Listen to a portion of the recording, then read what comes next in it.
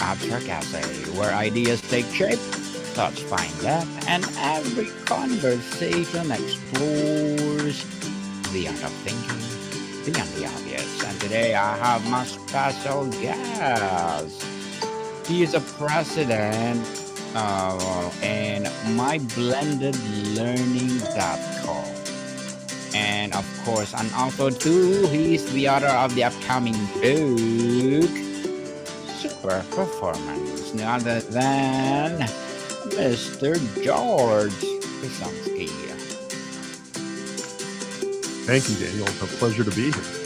Welcome on Abstract Essay, Mr. George. And can you please introduce more about yourself that I missed? Yes, I think of myself as an operations coach. I help organizations with execution. And I really have tried to focus on helping individuals, teams, and entire organizations really find and reach their full potential, which is what my upcoming book is really all about. Yes, and thank you so much for sharing your knowledge and wisdom to the world. Hoping for more and more empowering books like this to come. Like, right, Mr. George? Absolutely. Definitely. And what inspired you to write Super Performance and focus on these 80 strategies?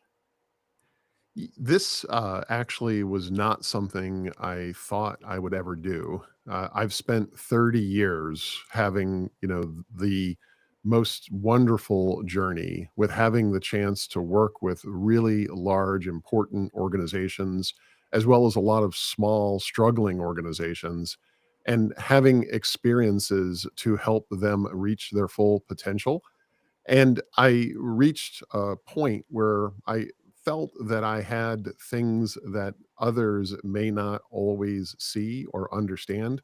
And I really wanted to memorialize that so that many more people than just our clients and our friends who are aware of these strategies, I wanted to make them a lot more accessible, especially to smaller organizations and even charities that can benefit from really improving their operations.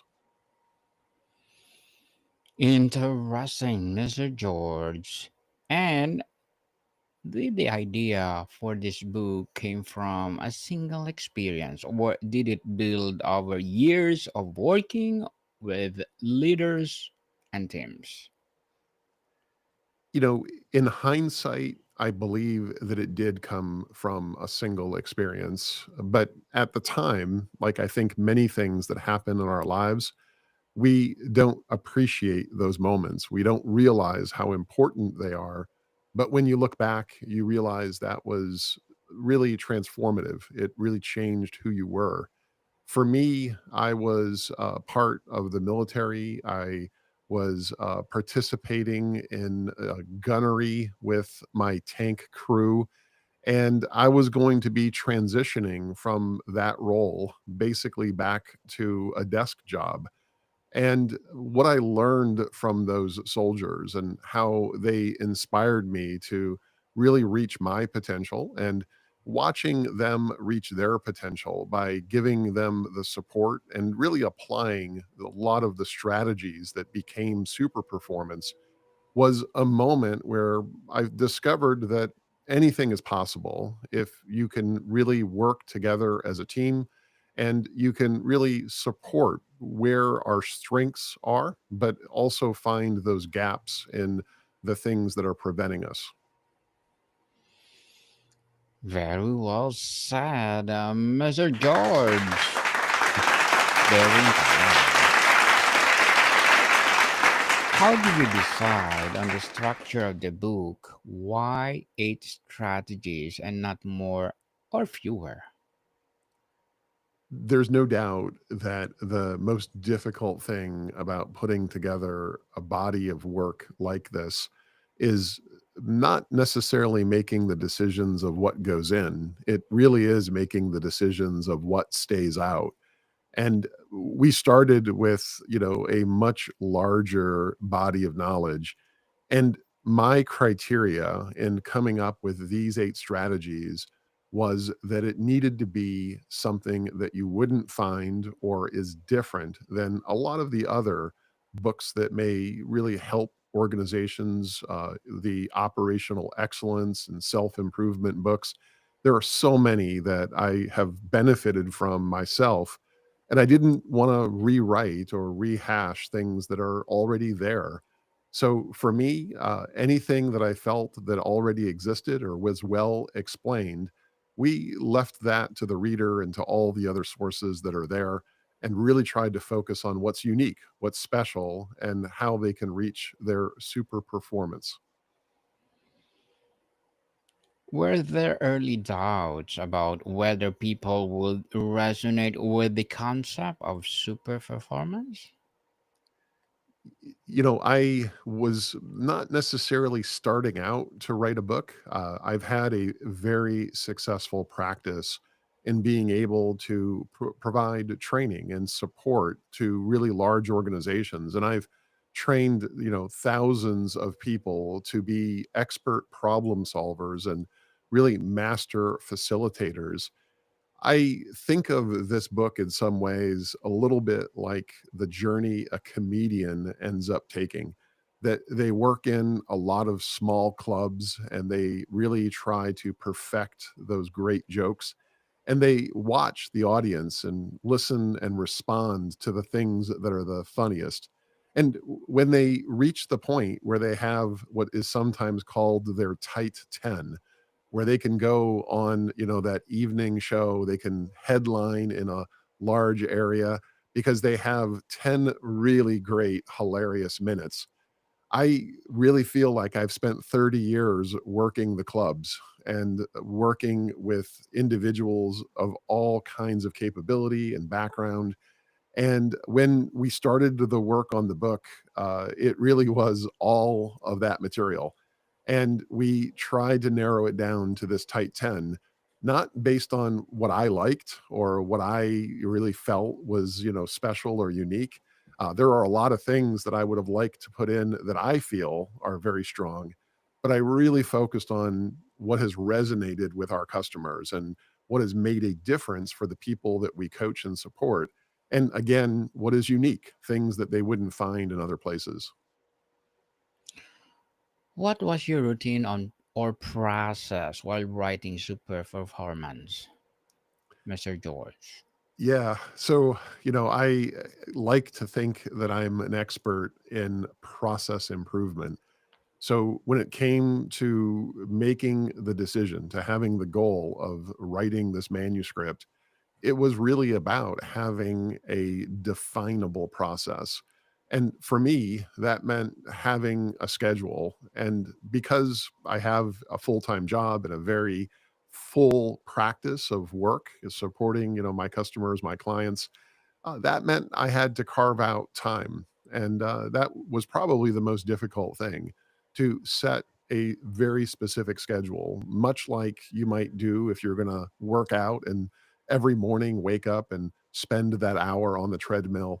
I needed to do the same thing, so I spent a lot of evenings and many weekends where this is what I focused on, and this is the time that I determined I would dedicate to really clearing my mind and trying to develop these ideas. Interesting indeed, Mr. George. Did you set the strict writing hours or write whenever ideas struck? I think a creative process is very difficult to force. And what I really kind of settled into was having a very structured time to actually do the writing. But I also found that I spent a lot of time thinking about what needed to be written and trying to remember, some of those great jokes, some of those great moments, some of that great material that has really resonated and has really, supported our customers, our students.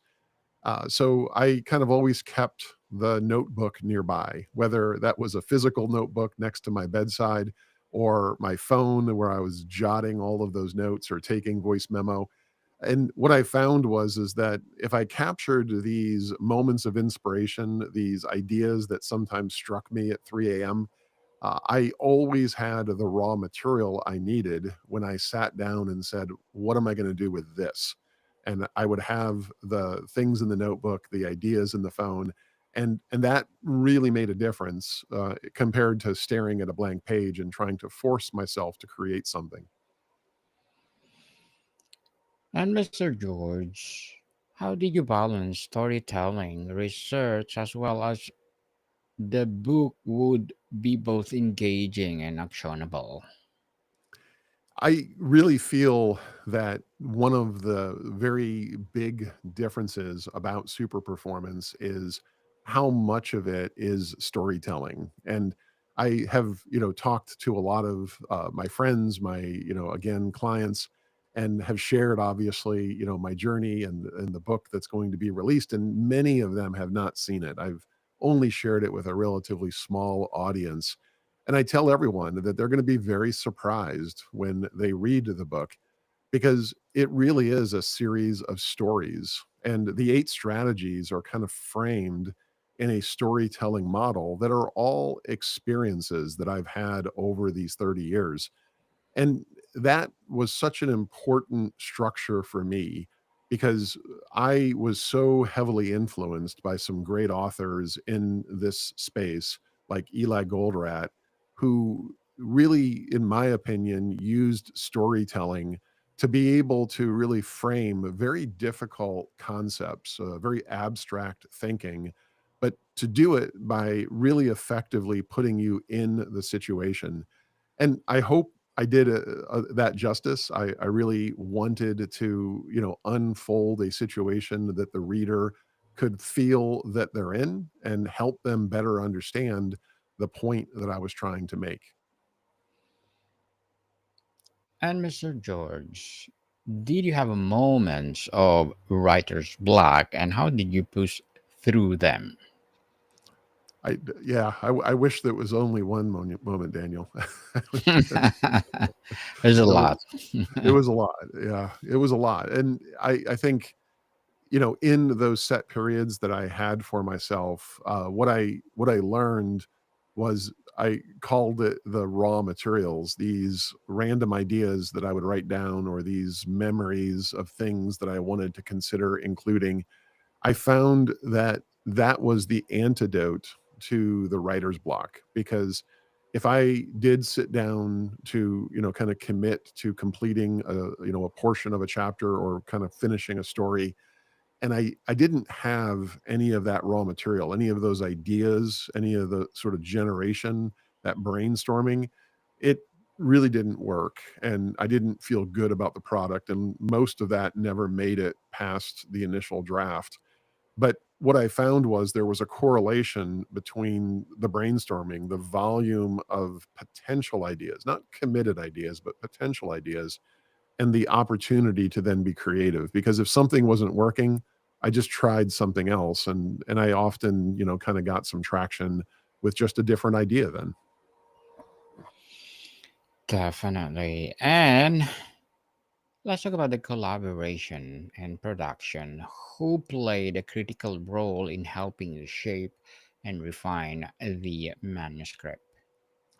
Yeah, I want to give a shout out to the great Peter Economy. He's the leadership guy on Inc. And he was so important to me in helping me really create what I would consider a professional work, and extraordinarily valuable in his editing and in his advice and his support. And I believe, without his guidance, I don't believe we would have created what I am extraordinarily proud of today. I also would give a huge shout out to the team at Greenleaf, who are wonderful hybrid publishers that connected me with Fast Company. And I believe, this particular book, being somebody who loves books, I don't know that this is a book that would be created any other way. I have the actual finished copy now, sitting here in my office, and still just completely amazed at the quality of the print, of the gold leaf, of the layout. Just an enormously professional organization that helped me create something that I don't know gets created often enough today. So, really proud to be a part of the indie publishing kind of culture, and really proud of what that entire team has helped me create. Indeed. And how much input did editors have in shaping the tone, pacing, or clarity of your book? Yeah.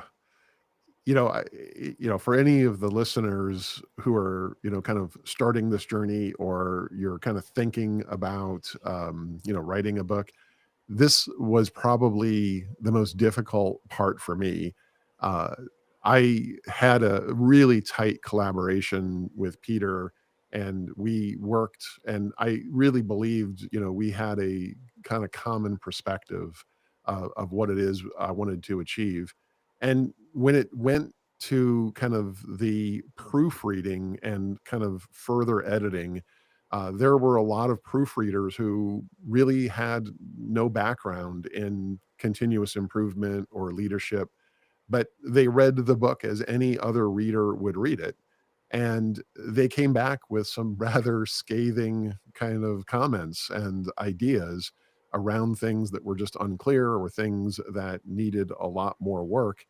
And I remember the call distinctly, telling, the folks that I just need to explain it to them. I just need to talk to them and they'll understand. And they clearly pointed out that you can't talk to every reader. The work has to stand on its own.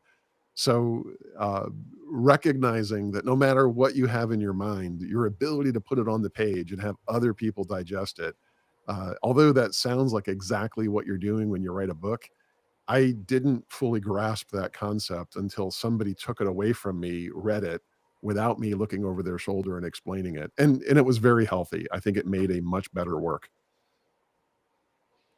Better work indeed, for sure. And Mr. George, as a president and a debut author, what are your short term and long term goals? The short term obviously is to try to really get this message out. And the reason I want to get it out is I do believe there are organizations, large and small, teams, small businesses, and even young people who are just in the beginning stages of their careers. And I really hope that these strategies, all of them, but at least some of them, could make a real difference in the level of success your team has, or, the opportunity for you to be able to get that that promotion, or, make those improvements. So short term, I'm hoping really this book helps a lot of people, and really interested in, kind of starting to hear those stories, and trying to spread that good. Long term, I think we're going to work really hard at trying to help charitable organizations benefit from these strategies, and really try to continue to expand this idea that, your root cause of success, your ability to understand what helps you be successful, is really your superpower, and it is what can create that super performance. So long term, I'm hoping that we have a lot of really great success stories on helping a lot of organizations that deserve it. Thank you for that. Goals and good luck. And looking forward for more success, Mr. George. Thank you. And what would be your piece of advice for those people out there who want to be, of course, like you? Oh, well, this is actually, part of the strategies, or at least one of the strategies. Take things in small bites. I call them target conditions. Don't look at the goal of publishing and releasing a book as the thing you're going to do today, because for me this was a multi-year process. What I tried to focus on is all of the little steps, and, really capturing that great idea, getting that chapter finished. That journey is always going to be one step at a time. I always like to say if you're a little better tomorrow than you were today, you're always your best self. So just focus on being a little better tomorrow, getting a little bit done, and you're going to reach all those goals. Yes, thank you for that advice. Empowering advice, Mr. George. And can you please recommend a book or books that influence your journey? Yeah, I am a huge Stephen Covey fan, and I would say one of my most influential books is not his most popular. It's Principle Centered Leadership. Really kind of helped me understand servant leadership and the concept of empowering teams. So that was extremely important to me. There's also a book that's not necessarily as common, but I really would encourage people to take a look if you want to understand how to really share and communicate best practices. And it's called If Only We Knew What We Know. And it's by Carla Odell. A great book around just understanding best practices and sharing best practices. And then the great Marshall Goldsmith, the stakeholder centered leader, or I'm sorry, stakeholder centered coaching is also a huge favorite for me. Huge favorite indeed. And thank you for that recommended book, Mr. George. And before we wrap up our discussion for today, I'm inviting you to please do listen to my other podcast, people, my other podcast, because my abstract essay is already in fifth season, abstract poetry in second season, and my book 101 review in fifth season too, comedy 101 second season, and my food 101 in fifth season as well, geography 101 in fourth season, and my baby podcast Law 101 and Mental Health 101 Love Letters in third season, and Movie 101 Review and Music 101 in fourth season, and Science 101 and Sex 101 in its first season. Please listen to them wherever you listen your podcast. So, Mr. George, looking back, what part of your writing or production journey taught you the most about yourself, if as a both a writer and leader? You know, letting go, and it's the story I told of having people need to digest the work I've created independent of my personal interaction. I've spent my entire career as a coach, as a trainer, as somebody who interacts and loves being there on the manufacturing floor, working in operations and helping people succeed. Thinking about people potentially absorbing my work without my ability to explain it or answer questions was really the scariest and most difficult part of this journey. But I've now recognized that it has really helped me improve because now I've really tried to get more clear and more, kind of good at sharing my message and communicating independent of my personal interaction. So I'm hoping your listeners thoroughly enjoy Super Performance and really appreciate it. Yes, indeed. Thank you, Mr. George, for sharing your knowledge and wisdom to the world. Can you please invite our listeners to support your debut book? Absolutely. GeorgePesansky.com is exactly where you can reach us. So, where do people can buy your book, Mister? It's available on Amazon, Barnes and Noble, and in indie bookstores everywhere. Yes, I think it's available for pre-order people. Yes, Pre-order, yes. September 23rd, we're going to be shipping. So it's available for pre-order today, and anyone would like to get it will be shipping on September 23rd. Yes, people, let's support Mr. George Pesansky, because if you support him, for sure, more and more empowering books like this to come. And the pre-order is the very important process of the book, because once the pre-order is something else, for sure this will be successful. So let's support Mr. George, people. So more to come, people. See you soon.